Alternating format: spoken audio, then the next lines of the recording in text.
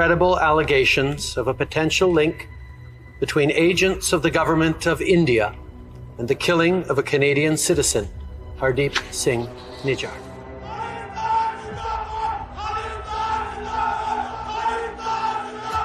I think it is Canada and its growing reputation as a place, as a safe haven for terrorists, for extremists and for organized crime. 19 ਨਵੰਬਰ ਤੋਂ global ਬਲੌਕੇਡ ਤੇ air India ਦੁਨੀਆ ਦੇ ਵਿੱਚ ਚੱਲਣ ਨਹੀਂ ਦਿੱਤੀ ਜਾਏਗੀ।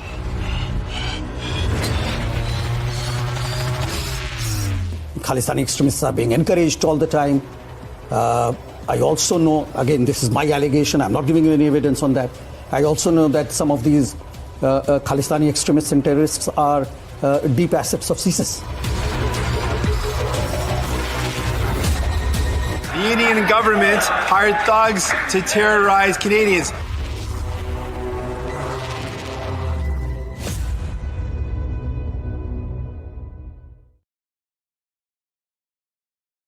And you are watching the Mojo story. In what can be a big embarrassment for Justin Trudeau, the Globe and Mail, which is a publication, has put out a story which says that Prime Minister Trudeau's National Security Advisor and Deputy Minister of Foreign Affairs provided sensitive intelligence about India to the Washington Post days before the RCMP publicly alleged that Indian government agents have been linked to homicides, extortions, and other violent criminal activities in Canada. Now, the publication has reported this story on the basis of two sources.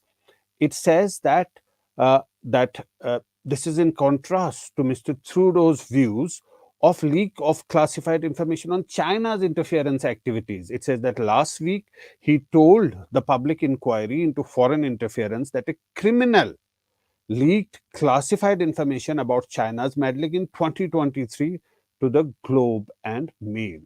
So clearly what we are seeing here is that the Prime Minister of that country is in fact deputing the NSA to leak information about India, which is again another publication has exposed that and has said that two sources gave that information to the Washington Post. So every day we are seeing one or the other development in this case.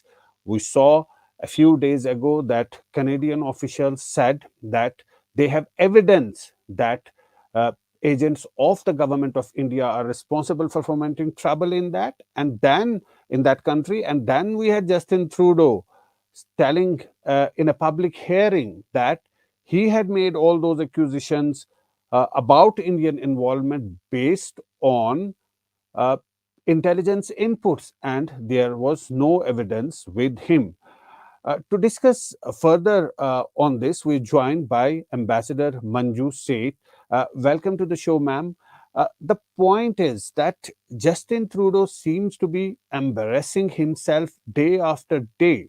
One after the other, the reports and inputs that we get from Canada only indicate that. Earlier, he said that he made those statements on the basis of intelligence inputs. There was no evidence. And now, today, this report. What do you have to say? Absolutely. I think he's making difficult for himself in many ways. It's going to be definitely embarrassing for him when finally the truth does come out, which is very obvious to us, at least in India. But I think he has a lot of pressure, political pressure on him to act in the way he is acting. And to keep saying credible evidence and potential involvement, you have to have some evidence of involvement in all what he's saying. You can see how their sort of RCMP and others, how they are acting when the so-called Sikh elements in they're saying pro-Khalistani, but they are really, I think, terror elements, because the way they have been targeting India and targeting Indian diplomats, and also the Indian flag is being desecrated by them and no action is taken, and they're calling for a separate Khalistan. And as I've said once or twice before, now really I think the Canadian Parliament should pass a bill and give space to these people to have their own Khalistani, Khalistan that they want to establish. That might be the best for them. And for the Canadians also, since they are so sympathetic to these people and saying freedom of speech. And he himself, of course, sharing this information with the press. I think, again, this is something which is very, very strange, that you go to the press and give some briefings and you don't share information or evidence with the Indian government, but keep giving these allocations one after the other. And I think the last straw was when they are asking the Indian government to withdraw immunity from the High Commissioner. I mean, that is ridiculous, absolutely. And we had no option but, of course, to withdraw our senior diplomats and our High Commissioner, and to expel theirs in a reciprocal manner. But I think it's, and you would have heard Dr. Jaishankar say recently that, the double standards and hypocrisy are very evident here. And I agree completely with him that, they have no locus standi even to behave the way, on the basis of which they are behaving the way they are.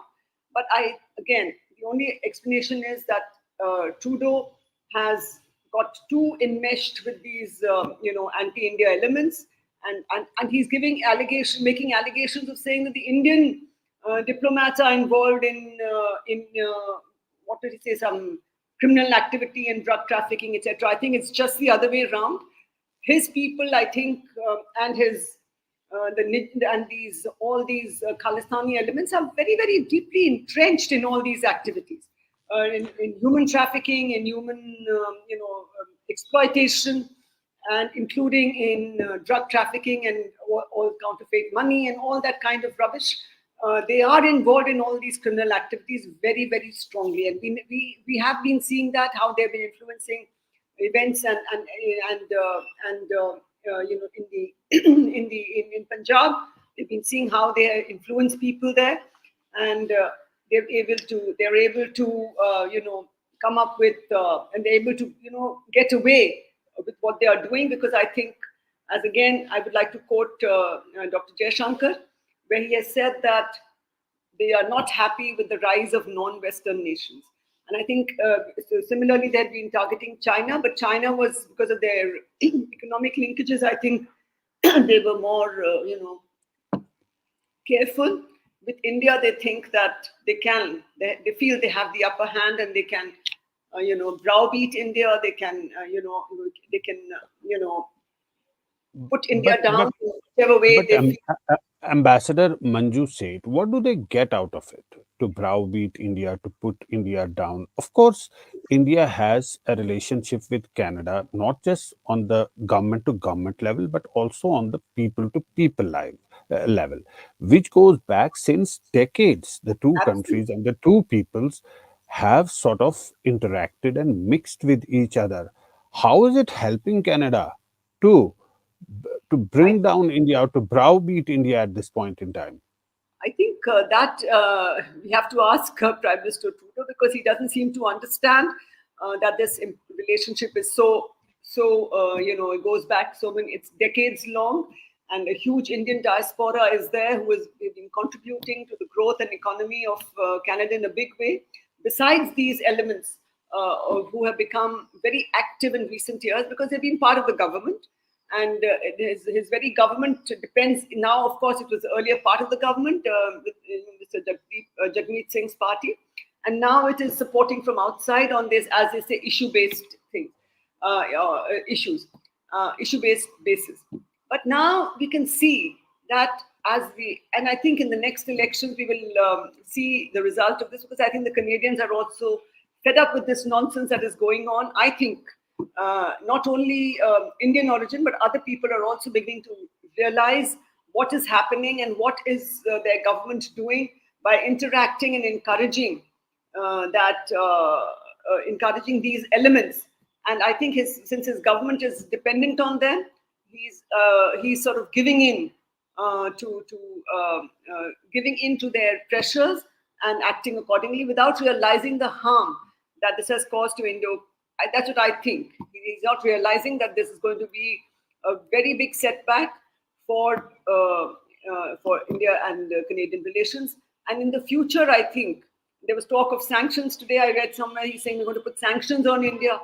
I mean, I don't. And one of their pro-Khalistani elements was saying that we will not allow a single Air India aircraft to fly anywhere in the world. So what kind of threats are these? If somebody from India had issued these kind of threats, I think the whole, the Canadians and the others would have all gone ballistic and would not have even, let anybody, and said take action, and they may have taken action, on their own. But definitely, it's a problem which I think Prime Minister Trudeau has not fully understood the impact, because he feels that what he is doing is right, and his political support is here with these elements. That's what it looks like. Right. And the threats to Indian airline flights, of course, it is by Gurpatwant Singh Pannu, who is another Khalistani based in America, and Americans have been alleging that one of the officials of India was involved in a foiled murder attempt on Pannu. India has been investigating that case, and America says that they are also investigating it. And in the meantime, that government official is not on government rolls anymore, a former RNAW officer. But the point here is that, is it Trudeau who is leading this sort of a campaign against India, or is it the policy of the Canadian state? Is there a distinction between the two? Because right now, India has been clearly saying that it is Trudeau who is fomenting and propagating this campaign against India.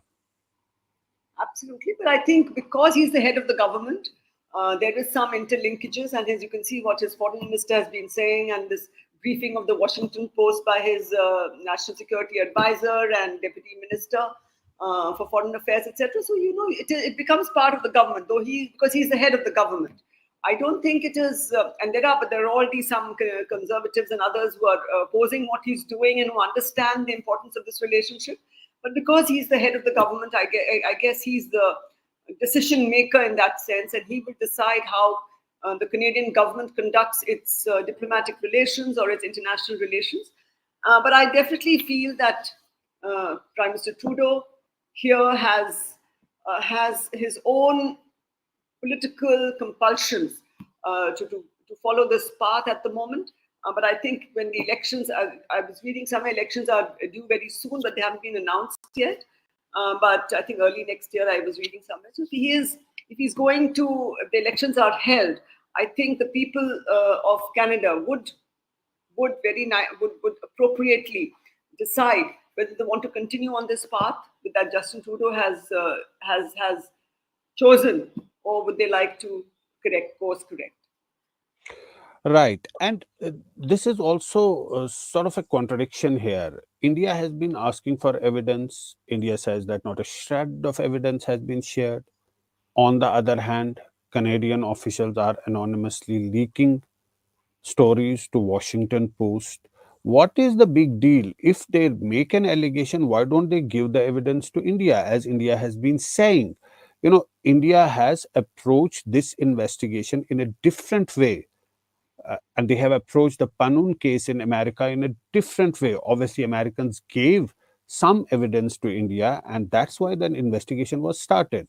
But why aren't the Canadians supplying that evidence? On the other hand, leaking those stories to Washington Post? I'm not sure why they are not sharing the evidence, but probably they don't have the evidence, because he has been saying from day one they have credible indications of, very roundabout language. They haven't been able to, directly give any evidence, and I don't think they have it. But yes, they have some intelligence inputs, as they are saying, the so-called Five Eyes and whatever. But I don't know how they can base this kind of allegations on the basis of some intelligence inputs, which are indicative of some kind of involvement, but they're not. There's no evidence. There's no evidence on what basis are you going on and on and on. And I think that's the only reason we can think about this is because of the political pressure that they have from this party, and the sort of pro-Khalistani parties again, I don't want to keep using the term Khalistan actually, but I think there's no option but to use it. But I feel that Khalistan really should have become a non-issue by now. And if they are so keen to still talk about Khalistan, then they should either make it in Canada or somewhere else. I don't think there is any space in India. In India, I think the support for Khalistan is long over. From what my understanding is, and should have become a absolutely non-issue by now. But these elements, these small, I think they're 2% of the Sikhs form 2% of the Canadian population, and these pro-Khalistani are even, I think, even less. They're not even, but they're able to, their sort of, I say, nuisance value or their kind of, troublemaking value is far disproportionate to their numbers, and they are able to, shake up even the government. And they are even able to, make such an impact that they've succeeded in ruining relations of India and Canada, between India and Canada. Right. And in fact, the outgoing Indian envoy, Sanjay Verma, gave an interview to a TV channel in Canada and said that actually these Khalistanis are, he said that that is his point of view. He had no proof to back it up, but he said that they are deep assets of the Canadian state because all the activities that are going on there, you've seen that the Khalistanis openly espouse violence against India. They take out those effigies of the prime ministers of India and burn them, and they glorify all those who are responsible for killing a former Prime Minister of India, Indira Gandhi. All that has been happening in Canada. Obviously, all of this cannot take place in the garb of free speech. We can actually play a small clip of the High Commissioner's interaction on the Canadian TV channel. Khalistani extremists are being encouraged all the time. I also know, again, this is my allegation, I'm not giving you any evidence on that. I also know that some of these Khalistani extremists and terrorists are deep assets of CSIS. Right. So you heard it very clearly, he's saying. And there is some sort of a common sense to draw that conclusion. When all of this is happening in Canada openly, it cannot happen unless and until the government is complicit or allowing it to happen like that. Absolutely, absolutely. I absolutely agree. And I think we have seen in the case of Panon also how he has been deeply supported by their intelligence agencies. And here also, I think there is I think involvement of the government and the deep state. Otherwise, these kind of criminal activities and these kind of money laundering and criminal activities and drug trafficking, human trafficking cannot take place because there must be huge monies involved, I believe. And if money is involved and they are funding your campaigns, I think you will have a say in how the government behaves. So I think that's probably what is happening. And I think because they are, the money is with them, and definitely the government, I think, would be at least supportive, if not directly involved in them, in all their activities. Otherwise, it wouldn't have carried on by now. They should have cut, this is not freedom of speech. Doing all kinds of criminal activities and threatening the Indian diplomats and desecrating temples and hitting out at and putting up posters of all our senior diplomats and saying they should be killed. I think is totally unacceptable, and I think Trudeau, I think Prime Minister Trudeau doesn't want to acknowledge it. I mean, if that had happened in India, you can imagine the row that would have erupted. If this kind of put for. I think it is unimaginable if it would have happened in India. Indian agencies would have taken an action. Absolutely. It is not possible that people or a group of people can go about targeting another country like this. It may not be possible in India. Diplomats like this, yes, absolutely. You cannot. Right. But they are doing it and they're getting away with it. So obviously there appears to be support, for all this within the government as well. Right. Now, this relation between the two countries have touched a rock bottom. How do you see the relations moving here on? I think unless the Prime Minister Trudeau or whoever comes next in the government after the elections, unless they take specific steps and address India's concerns, India's interests, if they are ready to address, then I think there will be a upturn or a resetting of the relationship. But it has to be from both sides. I mean, we can on our own not do anything in this, because they have been responsible for the state of affairs that we have reached today. And I think whoever it is, whether it's Justin Trudeau or the next government, whoever comes next in the elections, after the elections, they would have to make that effort to reset and work on this relationship to get it back on some even keel. Given our huge sort of diaspora there and our, both ways, Trudeau, whether Trudeau, whoever comes, whoever it is who has helped, whoever comes will have to reset and work on this relationship. Absolutely. It takes two to clap. The ball is clearly in the court of Canada. They started this issue. Obviously, they'll have to take steps towards conciliation. India has all along had a similar stand, that is, please share the evidence. If you have any, we will investigate. And India said they have not shared a shred of evidence. And Justin Trudeau, in his public hearing, says that he made that statement on the basis of intelligence input and not evidence. That in itself tells the story. We'll have to leave it here. Ambassador Manju Seth, thanks so much for joining us and for coming on our show. And thanks to all our audiences for watching the Mojo Story. Thank you. It's great to see you here. Thank you for watching our work. If you haven't subscribed yet, don't forget to click the bell icon and subscribe to Mojo Story and support independent, robust journalism.